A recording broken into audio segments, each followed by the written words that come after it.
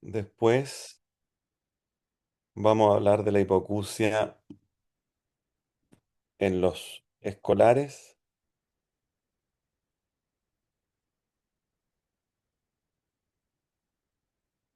más o menos, sí, ese grupo etario. Eh, Después vamos a hablar de las causas de hipoacusia en el adulto joven. Y finalmente vamos a hablar de las causas de hipoacusia. Ay, ¿qué hice? ¿Qué hice? ¿Qué hice? Ahí aprendí. Adulto joven. Y al final, dos palabras sobre la hipoacusia en la tercera edad. Em, en el recién nacido hay algunos conceptos súper interesantes, pues, ¿ya? Lo primero que deben saber es que en el recién nacido el déficit neurológico congénito más frecuente que existe es la pérdida de audición y que tiene una frecuencia de 1 a 3 por mil recién nacidos vivos en el mundo. Ahora, esta es la frecuencia de las hipoacusias moderadas, o sea, severas y profundas bilaterales. Cuando hablamos de las unilaterales, cuando hablamos de las leves y moderadas, la frecuencia aumenta mucho más, ¿ya? Y naturalmente, al ser tan frecuente y al ser tan relevante para el desarrollo y al no ser pesquisable clínicamente, tenemos que echar mano a exámenes que nos permitan hacer tamizajes, ¿ya? Hay distintos tipos de tamizaje en medicina. Hay tamizajes selectivos que evalúan grupos de población y hay tamizajes que son universales. Y en el caso de la hipoacusia, nosotros tenemos que hacer un tamizaje universal, o sea, a cada recién nacido. En Chile se partió con un tamizaje selectivo que era dirigido fundamentalmente a los prematuros inicialmente y después se fue agregando, ¿ya? El tamizaje auditivo se realiza con unos exámenes que pueden ser emisión autoacústica o los veras acortados. Las emisiones autoacústicas em, son ruidos que emite el oído interno y que son pesquisables con un micrófono a nivel del conducto auditivo externo. Y existen de dos tipos, las espontáneas y las evocadas. Las espontáneas están presentes en el 75% de los oídos sanos y las evocadas están presentes en el 100% de los oídos sanos. O sea, cuando nosotros hacemos un tamizaje auditivo eh, y sale que las emisiones autoacústicas están presentes, uno sabe que esa cóclea está normal, ¿ya? ¿A quién le hacemos emisión autoacústica? A los recién nacidos que no tienen factores de riesgo de hipoacusia. Porque los que no tienen factores de riesgo de hipoacusia habitualmente el origen de su hipoacusia en la cóclea, ¿ya? A los pacientes que tienen factores de riesgo de hipoacusia, recuerden que los factores de riesgo de hipoacusia se clasifican en prenatales, perinatales y postnatales. Los prenatales tienen que ver con infecciones cogestacionales tipo TORCH, ingestas de ototóxicos por la madre y algún otro tipo de infección severa intrauterina. Los perinatales, que es en donde se concentra la mayoría, destacan la prematurez, la hiperbilirrubinemia, nuevamente las infecciones, los traumatismos, la pasada por la UCI neonatal, por el ruido que generan los ventiladores, normalmente ya es un factor de riesgo, la sepsis, el uso de antibióticos ototóxicos, y los postnatales se refieren fundamentalmente a infecciones como la meningitis y a traumatismo, ¿ya? Entonces, en ese grupo de pacientes, el tamizaje cambia, ¿ya? El tamizaje se realiza con un examen que se llama potencial evocado auditivo de screening o acortado, ¿ya? Las emisiones autoacústicas demoran como 3 minutos en hacerse por oído. El potencial de tamizaje demora como 5 minutos por oído más o menos, ¿ya? Por eso es que no se hacen todos. Independiente de cuál sea el tamizaje que uno decide hacer, lo siguiente al tamizaje, si sale alterado, o sea, si por ejemplo los tamizajes en audición se refieren como pasa y refiere. Pasa significa que está bien, ¿ya? Y refiere significa que hay que pasar al siguiente punto. Lo primero que se hace en el siguiente punto es repetirlo. Entonces, el primer tamizaje se realiza antes del alta del recién nacido. Y si sale alterado, el segundo tamizaje debe realizarse antes del mes. Si sigue saliendo alterado, es el momento de pasar a la fase diagnóstica. Y en la fase diagnóstica es en donde tienen control con nosotros y ahí es donde nosotros tratamos de descartar otras patologías que puedan estar afectando el pabellón auricular, el conducto, el oído medio, el tímpano.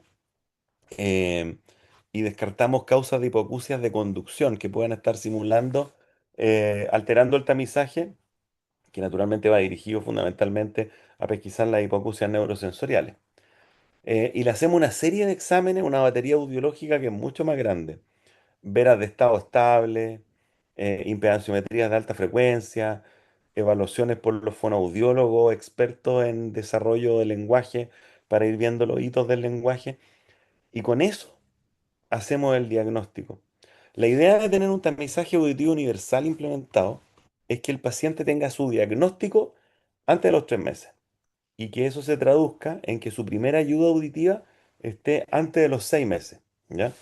Habitualmente, la, la primera ayuda auditiva en un recién nacido sordo o en un lactante menor que ya se diagnosticó la hipoacusia son audífonos, ¿ya? Y al año repetimos toda la batería de exámenes diagnósticos.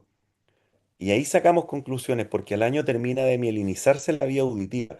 Y recuerden que todo esto son estudios electrofisiológicos, entonces dependen de que la conducción nerviosa en la vía auditiva esté madura, esté mielinizada. ¿Ya?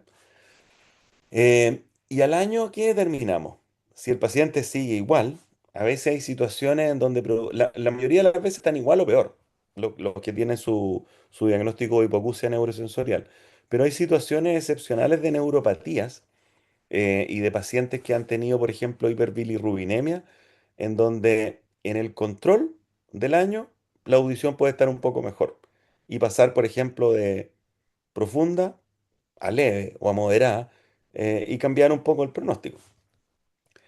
En los niños, cuando hicimos el diagnóstico al año y sabemos de que tienen hipoacusias que no van a andar bien con audífono, porque en el fondo no han andado bien durante el primer año o porque de frentón son severas o profundas, son los niños en donde los metemos al programa implante coclear, ¿ya?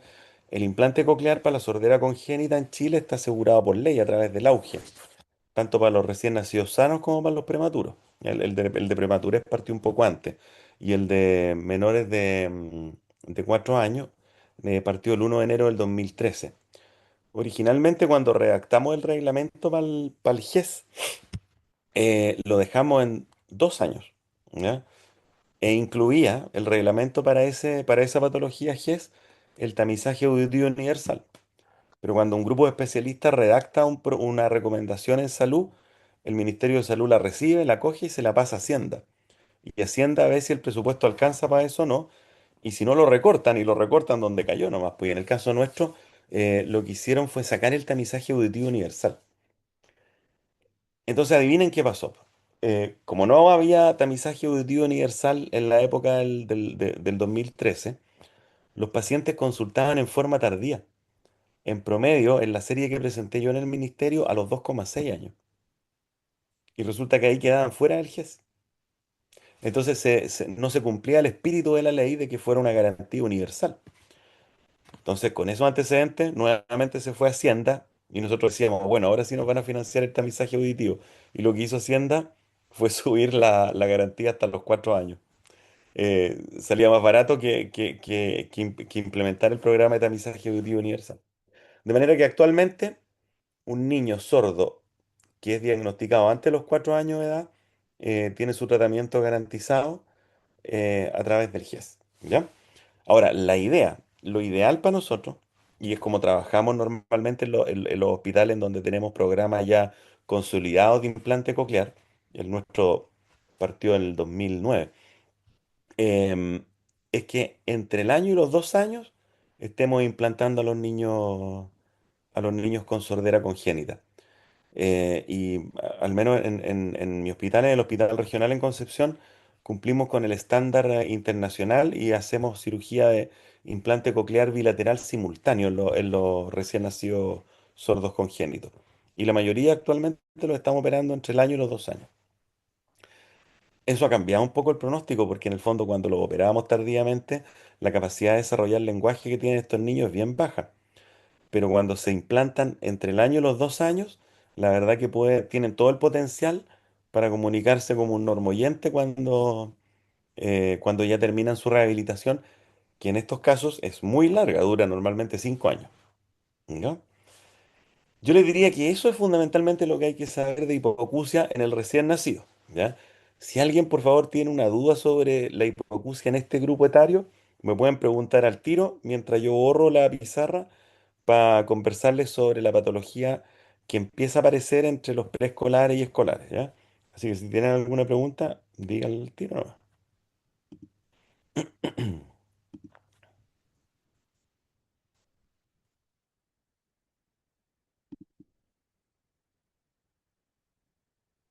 Ya. En el grupo etario de los escolares y los preescolares empieza a aparecer la patología que es derivada del mal funcionamiento de la trompa de Eustaquio. Ahí está la oreja, el conducto y al final está el tímpano. Pues del tímpano, acuérdense, viene el oído medio, que tiene su trompa de Eustaquio, y aquí están martillo, yunque y el estribo. ¿Ya?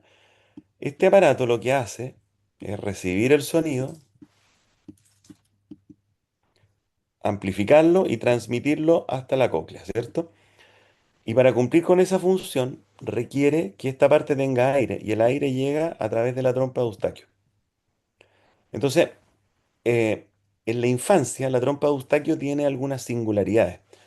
Por ejemplo, es más horizontal que en los adultos y está rodeada de tejido linfopoyético, o sea, de tejido linfático. Sin ir más lejos, aquí mismo crecen los adenoides.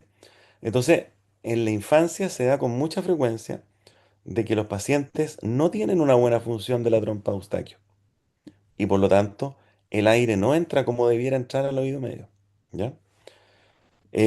Cuando no entra el aire al oído medio se junta líquido acá. ¿Ya?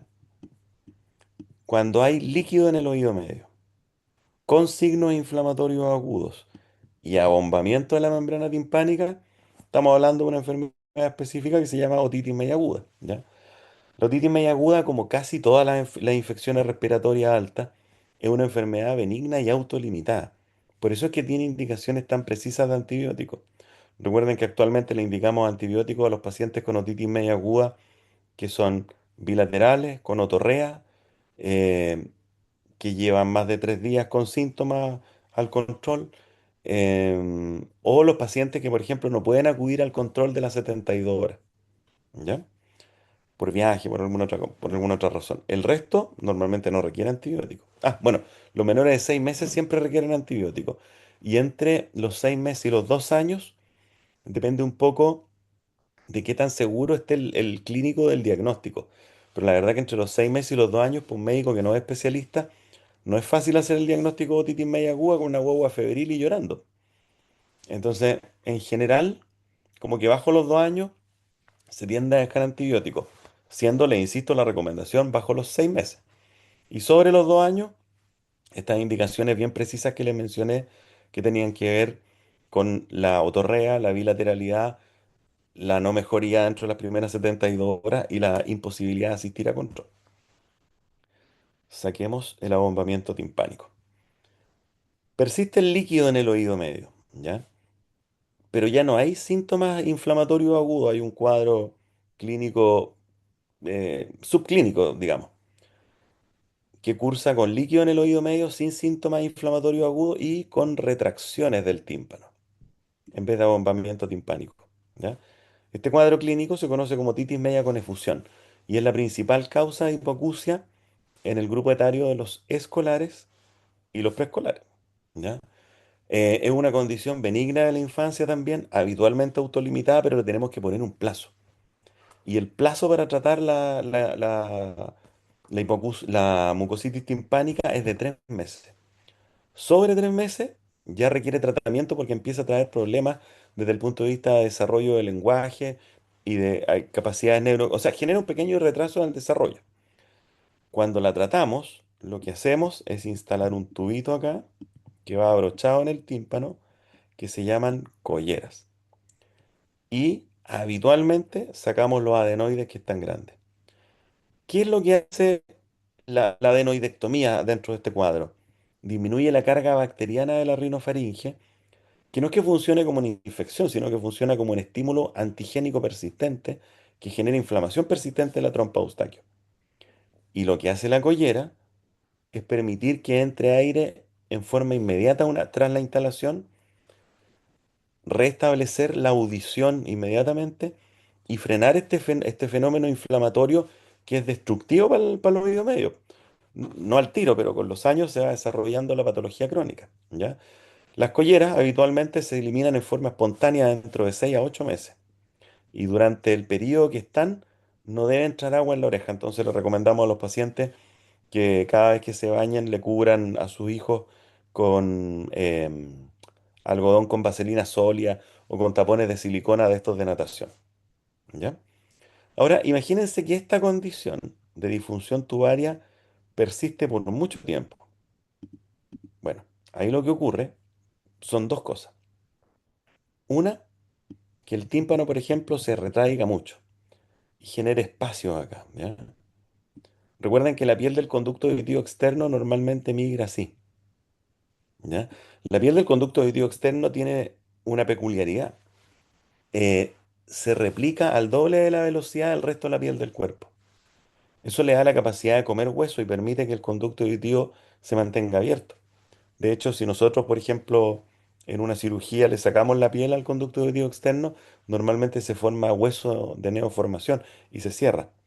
Entonces comprenderán ustedes que cuando el tímpano, que también es parte del conducto auditivo externo, se apoya en la cadena osicular en zonas donde no debiera hacer contacto, también se empieza a comer a los huesos y puede determinar alteraciones de la cadena osicular que impliquen hipoacusia de conducción ya no reversible sin cirugía, porque pasan a ser un problema de disyunción de la cadena.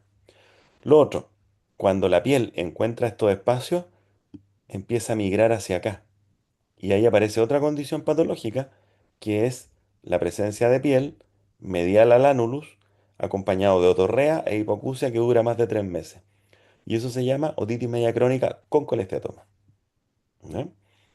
Y lo otro que puede ocurrir es que el tímpano simplemente haga su propia collera y genere una perforación, pero el paciente no sabe que la tiene. Entonces no se cuida la oreja y por lo tanto le entra agua y la perforación se manifiesta como una hipoacusia asociada a otorrea recurrente que lleva más de 3 meses de evolución y que a la otoscopía tiene perforación timpánica y eso se llama otitis crónica simple, ¿ya? Tanto la otitis crónica con colesteatoma como la sin colesteatoma, la simple, requieren resolución quirúrgica y el rol de la atención primaria, además del diagnóstico y la referencia oportuna, es mantener el oído seco y tratar la infección con gotas de ciprofloxacino o de cloranfenicol que no son ototóxicos, ¿ya? Porque así cuando llegan donde nosotros, idealmente deben tener por lo menos 3 meses sin supurar para poder ofrecerle alguna cirugía, ¿ya? Eh, Volvamos a... Acá está el borrador. Vamos a volver al otro esquema, ¿ya?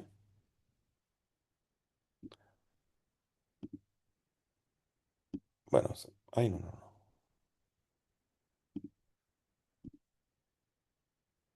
Como se acuerdan, vimos primero el grupo de los recién nacidos, ¿cierto?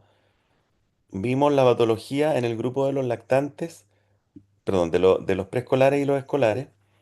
La patología congénita ustedes la pueden encontrar a lo largo de todo el ciclo vital del ser humano. Probablemente en el ejercicio de su profesión, como ahora el implante coclear es una herramienta que se ha masificado, los pacientes sordos congénitos que a ustedes les toque atender cuando sean escolares, cuando sean adultos, cuando estén en la tercera edad, van a estar implantados, ¿ya? Los pacientes que tienen patología crónica, otitis media crónica simple, con colestatoma que partió en este periodo de la vida, también los van a pesquisar en cualquier momento. A veces nosotros le hacemos el diagnóstico de otitis crónica a pacientes que se están haciendo su audiometría por la tercera edad porque están sordos y piensan que es presbiacusia, ¿ya? Entonces, ahora vamos a hablar aquí, en los adultos jóvenes, de las hipoacusias que aparecen en este grupo etario, que no son congénitas y que ya no son patología crónica, ¿ya? Borremos de nuevo.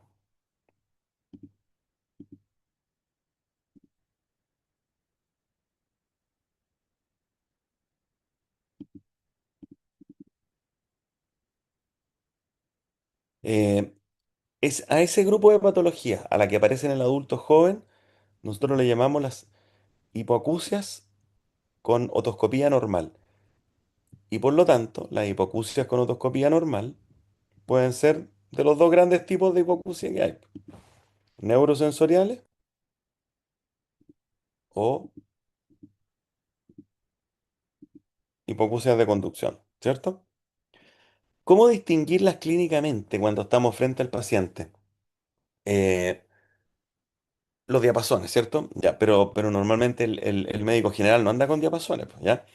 Está lleno de aplicaciones que pueden transformar su smartphone en un diapasón, incluso de distintas frecuencias. Esa es una forma de hacerlo. Y lo otro es recordar que si uno se tapa la oreja completamente, genera una hipoacusia de conducción unilateral, ¿ya? Y si uno dice, se da cuenta de que en el fondo, en el oído que tiene tapado suena más fuerte. O sea, las hipoacusias de conducción tienen fenómenos de autofonía. El paciente percibe más fuerte su voz en su oído con hipoacusia, ¿ya? Esa es una manera en donde uno podría en el fondo distinguirla, ¿ya? Las hipoacusias de conducción con tímpano sano naturalmente corresponden a la única estructura que no estamos viendo, que es la cadena osicular, ¿ya? El martillo, el yunque y el estribo. La cadena osicular, ay, la cadena osicular puede sufrir dos condiciones patológicas: que se ponga rígida o que se separen los huesos, ¿ya? Los huesos se separan, como les contaba yo, habitualmente ante fenómenos erosivos producidos por el apoyo de la membrana timpánica sobre la cadena osicular. Por lo tanto, es como más bien acompaña la patología crónica, ¿ya? Y por lo tanto se ve una otoscopía alterada. Pero la rigidez de la cadena osicular no se ve así. La rigidez de la cadena osicular, normalmente la otoscopía es normal, ¿ya? Para nosotros, hipoacusia de conducción con tímpano sano es casi sinónimo de una enfermedad que se llama autoesclerosis. Miren, imagínense ustedes que este es el estribo que tiene esta forma. Parece un estribo, ¿ya? A esto nosotros le llamamos la supraestructura o las cruras. Y a esta parte de abajo la platina. Y la platina va puesta sobre la ventana oval, ¿ya? Ahí. Y está unida a la ventana oval por un ligamento que es elástico, se llama ligamento anular. La autoesclerosis es una enfermedad del hueso del oído interno, de la cápsula óptica, que está de aquí para adentro. Y, el hueso, y ese hueso empieza a infiltrar el ligamento anular y por lo tanto impide que el estribo se mueva y por lo tanto la cadena auricular es incapaz de transmitir el sonido eficientemente, ¿ya? Es una enfermedad genética que de predominancia en las mujeres, habitualmente bilateral, y tiene una historia clínica de una hipoacusia progresiva que apareció en el adulto joven con otoscopía normal, que es de conducción, que habitualmente tiene antecedentes familiares, y en el caso de las mujeres suele agravarse en los embarazos. También, por supuesto, existen los hombres. Su presentación más típica es de hipoacusia neurosensorial, pero también puede comprometer la vía, al ser una enfermedad del hueso de la cápsula óptica, puede comprometer la vía neurosensorial y transformarse en una hipoacusia neurosensorial. Pero ahí suele debutar rápidamente agresiva. Yo los pacientes que tengo implantados secundarios a autoesclerosis, y con implante coclear, digamos, son pacientes que partieron alrededor de los 20 años con su problema de audición y evolucionó rápidamente hacia la cofosis. ¿Ya? Las hipoacusias de conducción, ya sea porque hay disyunción de la cadena o rigidez de la cadena, todas se pueden operar y todas tienen buen pronóstico en manos expertas. Específicamente, en el caso de la autoesclerosis, lo que hacemos es una cirugía en donde reemplazamos el estribo. Imagínense ustedes que ahí está la platina, sacamos la supraestructura del estribo, por lo tanto quedan los chonguitos de las cruras, y hacemos una perforación acá, que tiene 0,7 milímetros. Y dentro de ahí ponemos una prótesis de titanio, que tiene esta forma, un pequeño pistoncito con un clip acá arriba. Y este clip lo anclamos a la rama larga del yunque, que es el hueso que está acá, que habitualmente va puesto aquí. ¿Ya? Y esa prótesis restablece la movilidad de la cadena osicular. Esta es una cirugía que normalmente dura entre 20 y 30 minutos y se conoce como estapedectomía. ¿Ya? Es una cirugía que con cierta frecuencia hacemos los otorrinolaringólogos. Yo creo que en el hospital regional normalmente hacemos una a la semana o cada 2 semanas. ¿Ya? Y tiene muy buenos resultados. Ahora, hipoacusia neurosensorial de aparición en el adulto joven, hay varias causas. Hay algunas que son genéticas de expresión tardía, hay otras que son autoinmunes, hay otras que son secundarias al daño acústico inducido por ruido, y por supuesto están las sorderas súbitas, la secundaria de meningitis, la secundaria de otras causas, ¿ya? Me quiero detener algunos minutos en la hipoacusia inducida por ruido, ¿ya? Antes se llamaba sordera ocupacional, ¿ya? Porque los ruidos fuertes estaban en las industrias. La legislación nuestra dice que a 80 decibeles un trabajador puede pasar máximo 8 horas con protección auditiva en ese ambiente. 85, 4. A 90, 2. A 95, 1. Y así, a 100, media hora. Hagan el ejercicio ustedes y después escuchen música, pongan su celular al máximo volumen y midan con otro celular los decibeles que está emitiendo. Se van a sorprender. Se van a sorprender porque estamos con mucha frecuencia expuestos a ruidos mayores a 90 decibeles. Y pasamos mucho rato. Ni les digo al volumen, los decibeles que tienen los carretes, el cine, ¿no? Em, entonces, eh, el daño acústico actualmente lo tenemos en el bolsillo y lo tenemos en situaciones cotidianas. Yo siempre cuento la historia de que algunos años atrás fui a un festival de metal en California, en un festival que se llama Power Trip, que son 3 días con bandas súper famosas. Bueno, no sé, el primer día tocaba Maiden, cerraban los Guns. El segundo día habría Judas Priest, cerraba AC/DC. Y el tercer día habría Tool y cerraba Metallica. Y cada grupo tocaba 3 horas, salvo Metallica que tocaba como 4. Bueno, cuando fui para allá, con mucha vergüenza, yo me eché unos tapones para proteger las orejas del ruido, pues sabía que iba a salir con pito. Y para les dije el nombre de los grupos para que se hagan una idea más o menos del promedio de edad de los asistentes, que eran como 400.000 personas, un festival súper grande. Y fíjense que yo les diría que al menos el 50% de las personas en Estados Unidos en ese festival andaban con tapones para protegerse la oreja. Entonces, hay un tema de difusión que nosotros no lo hemos manejado bien, ¿ya? Em, Ahora, me aparece con mucha frecuencia en Instagram, por ejemplo, o en Mercado Libre, qué sé yo, ofertas de tapones que son como, pero tienen otro enfoque, están como más bien pensados en la sensibilidad auditiva de las neurodivergencias, como para calmarse, como para dormir bien.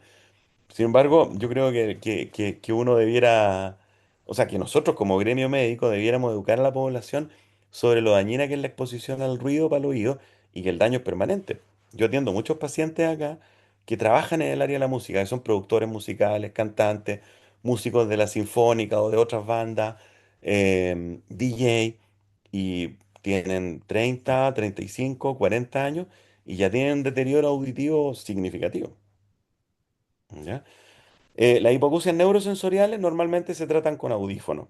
Y cuando la hipoacusia neurosensorial es severa o profunda, es cuando ya pasan a ser candidatos para implante coclear. ¿Se acuerdan que el auge llegaba hasta los 4 años para el implante coclear en los sordos congénitos? De los 4 años en adelante, el implante coclear es financiado por la ley Ricarte-Soto.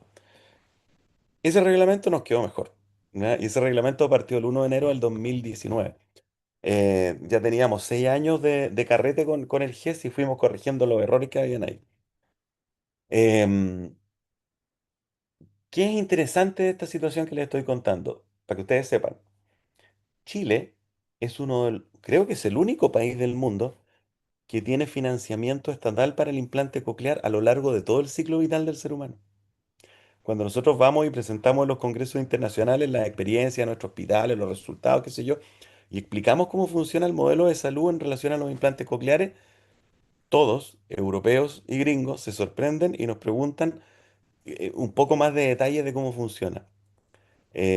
Así que al menos en esta área, cuando el ex ministro Mañalich decía que el sistema, no escogió bien las palabras porque naturalmente no era el mejor sistema de salud del universo, pero en esta área tenemos uno de los programas de implante coclear con el mejor respaldo financiero del planeta. Eso es una realidad. Bueno, ya estamos terminando. Ahora les voy a hablar algunas cosas de la hipoacusia que aparece en el paciente adulto mayor. La hipoacusia en el fondo del viejo sordo. Va. Claro, y es re fácil decir, no, bueno, viejo sordo tiene presbiacusia, pero hay algunos elementos de la presbiacusia que son súper importantes. Primero, el tratamiento de la pérdida de audición en los adultos mayores es la prevención primaria de la demencia. O sea, un paciente adulto mayor con hipoacusia que no se trata, creo que se multiplica por 10 la posibilidad que desarrolle demencia.